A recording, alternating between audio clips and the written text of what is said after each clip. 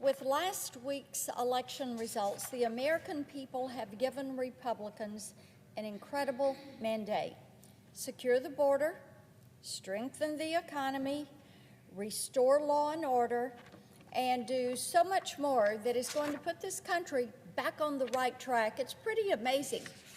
70% of the American people feel like this country is on the wrong track. And we're going to need to wait until the new year to start fully enacting the strong conservative agenda, and we're still going to have a lot to do here in this Congress before we're sworn in.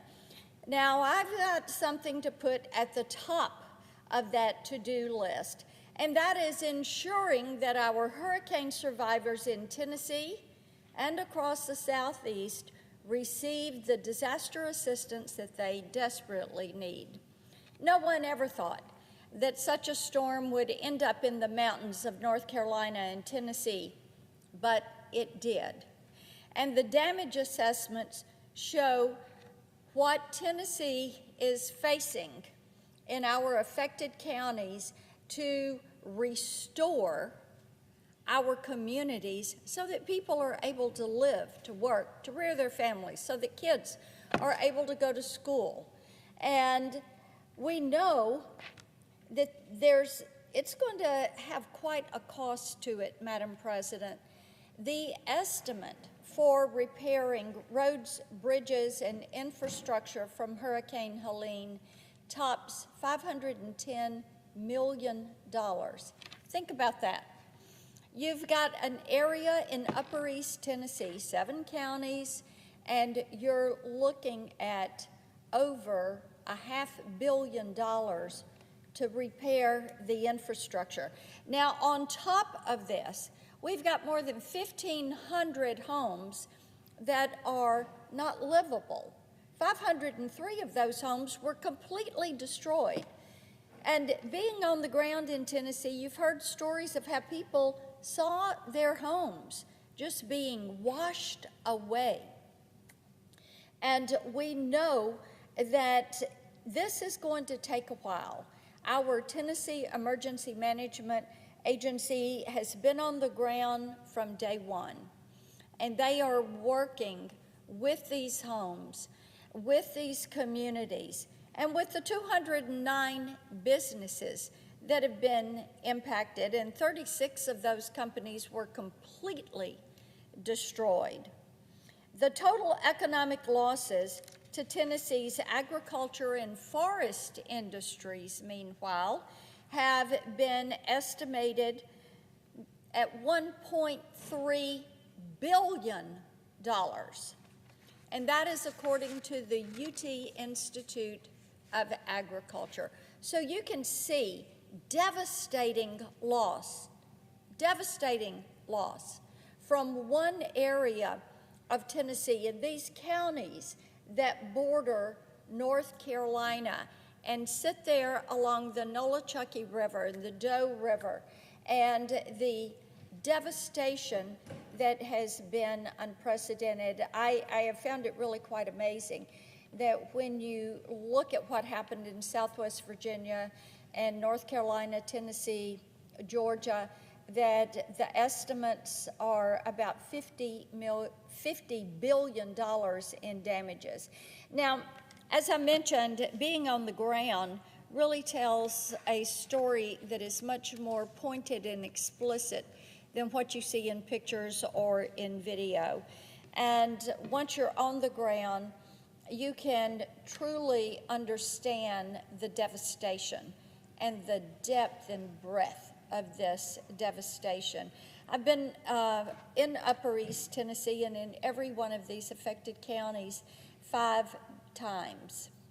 And I have visited communities that have been isolated because of road closures, because bridges have been completely washed out. I have talked with business owners that have lost it all, just have lost everything that they have worked for. And I've met with families whose entire homes have been washed away. One family that I was visiting with in Johnson County, they were staying right there at the Disaster Relief Agency because that is where they could find a place to lay their head, get a hot meal. The devastation is just unprecedented. And in the middle of all this, I have seen what makes Tennessee so unique. We are known as the volunteer state. And indeed, we do have that volunteer spirit. And seeing the way that neighbors have stood up and helped their neighbors and have come to their aid, food, shelter, clothing, cleaning supplies. Indeed, if you were to go to the Bristol Motor Speedway, somewhere that people go to watch the races, what you would see is an entire building that has been turned into a command center and also a disaster relief center with pallets of water and food and cleaning supplies and linens and furniture and clothing, everything that is needed to get people back on the right track. Now, I will say this, our governor, Governor Bill Lee, our state emergency management agency, and our local mayors deserve a lot of credit. These local elected officials are the first ones on the ground, and they were on the ground immediately. All of our local law enforcement, our first responders, our county emergency management agencies, and they stepped up, they went into action, and they moved forward immediately to start to come around individuals who were losing it all, who were fighting to find people that they feared had lost their lives. But we know that federal support is going to prove vital to these communities being able to stand up. They're not asking for handouts. They're asking for help and a hand up so that they can rebuild. And unfortunately, what we are seeing is Tennesseans are struggling to get access to these federal programs. Just 2 weeks after Hurricane Helene struck, we had the Small Business Administration announce that it had run out of funds for its disaster loan program. Now, Madam President, the fiscal year started October 1st. This storm happened on September 27th. And you have the SBA saying 2 weeks into the fiscal year, they've used every penny in their disaster loan program. And we know this is an essential lifeline for businesses to help them to stay in operation and to keep employees on the payroll. And after spending almost half of its disaster budget in the first week of October, FEMA also warned that it may have to restrict funding for rebuilding efforts.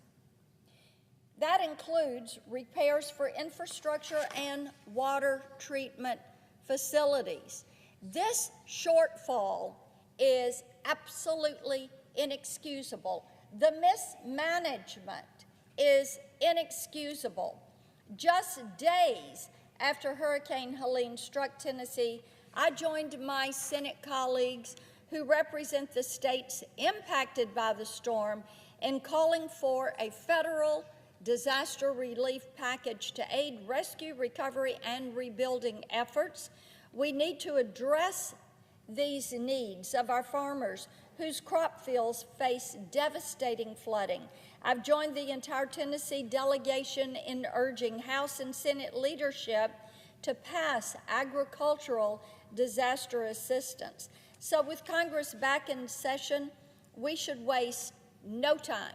And before we get to next year's agenda, we should put at the top of the to-do list addressing the needs of those who have been so devastated, their lives, their businesses, their homes, everything devastated by these floods. Thank you, Madam President. I yield the floor.